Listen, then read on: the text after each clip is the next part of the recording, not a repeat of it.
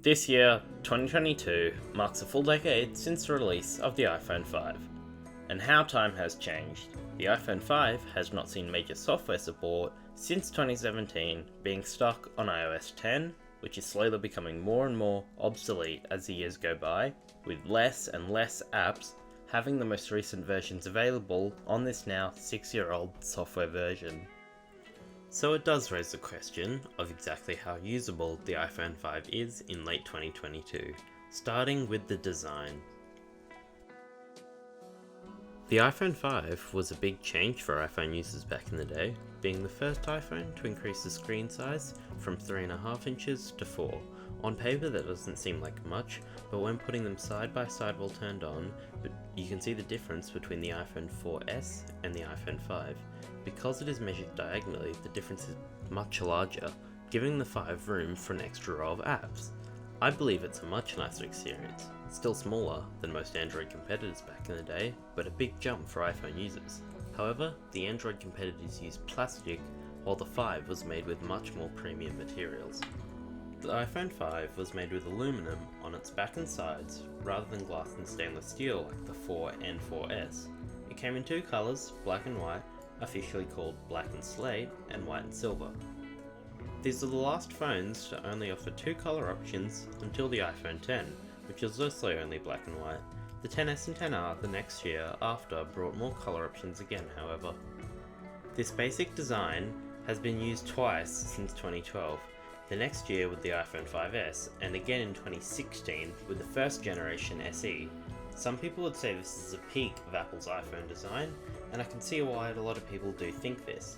It's nice and easy to hold and use with one hand, still pretty strong and durable, and just look at it.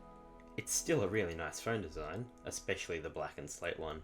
This could also come down to nostalgia a bit, as this is likely one of the last iPhones Steve Jobs had significant input on, being released roughly a year after his death, and iPhones are likely in planning for 2 to 3 years. This iPhone was also the first to have 4G network capabilities and use the Lightning port. The Lightning port being something we are also still using on iPhones a decade later, although it seems next year iPhones will be moving to USB-C, and at least the iPad line is USB-C now, but back in the day, people were actually rather annoyed at the change to Lightning, because it did mean needing to get all new accessories for docks and stuff, although they did still provide a charging cable in the box, and power brick. We still get a charging cable, but no charging brick in 2022. This change should prove good at the time, making charging times much quicker and maybe transferring to and from a computer quicker as well. It also moves the headphone jack from the top of the phone to the bottom, for whatever that's worth. Despite being taller, it was 18% thinner, 20% lighter, and had 12% less overall volume than its predecessor, the iPhone 4S. The iPhone 5 finished its life 5 years after its initial release in 2017 on iOS 10, a version that includes a mix of the old and the new, such as the introduction of Press Home to Unlock on iOS 10, and changing the way notifications are shown, more in the style we see today. That's kind of what a lot of people think about when they look back at iOS 10, a perfected version of the early, modernized iOS. That era being iOS 7 to 10, that moved away from skeuomorphism, iOS 10 being quite fast for the devices left behind on it, and looking similar to iOS 7, 8 and 9, but with an experience I would say is closer to that of iOS 11 or 12 when looking through a modern day lens. It is the last iOS version to have support for 32-bit devices, which did mean a few devices being left behind on iOS 10, this being the iPad 4th generation, iPhone 5C, and of course, the iPhone 5. And now back to that iPhone, it really is not a bad experience on iOS 10, opening apps at a consistent speed that I don't find frustrating at all. It doesn't even seem that different from my iPhone 12 mini until I put them side by side or a slight delay becomes noticeable, and even then it isn't anything I believe many people would get frustrated over, and that would be due to some pretty great hardware improvements over last year's iPhone. The iPhone 5 contains Apple's A6 chip, as well as 1GB of RAM, while the iPhone 4S has the A5 chip and 512MB of RAM. These upgrades back in the day allowed for performance claiming to be twice as fast on the iPhone 5 than on the 4S, and as time has gone by, this has gotten more and more evident. The 4S was a huge leap in performance back in the day, featuring the first dual-core chip in an iPhone, but now is a slow and at times frustrating experience on iOS 9, while the 5 on iOS 10 is a much smoother experience.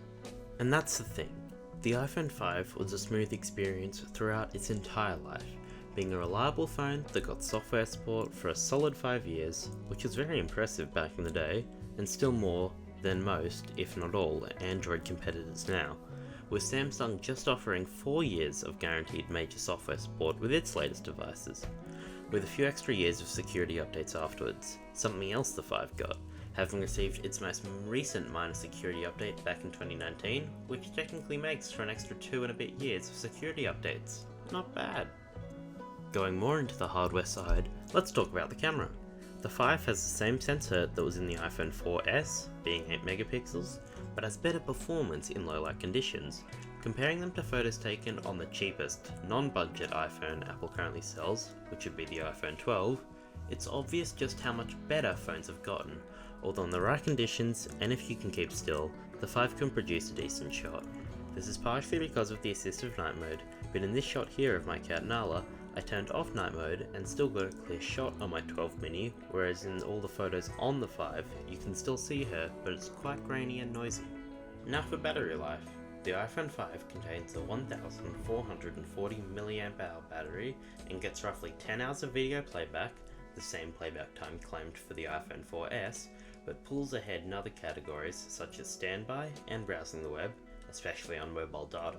Of course, being a decade old, most iPhone 5 batteries probably get nowhere near that now, due to batteries degrading over time to the point that some may not even turn on anymore without being plugged in.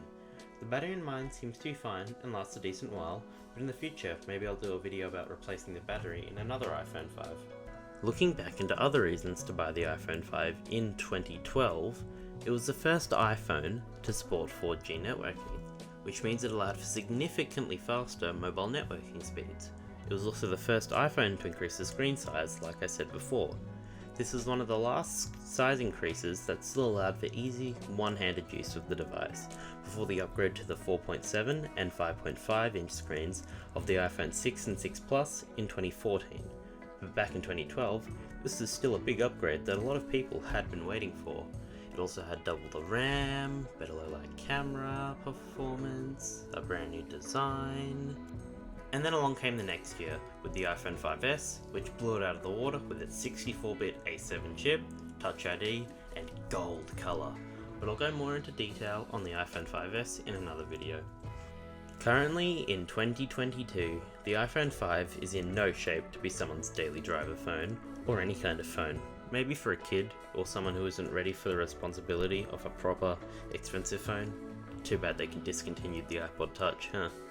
But don't go out and buy it, unless you're a collector, C1 sealed, or it's natively running iOS 6 and going for a good price, because those are very rare nowadays. Mine here is running it through a tethered boot downgrade, although I'd love to try and get my hands on one natively running it eventually.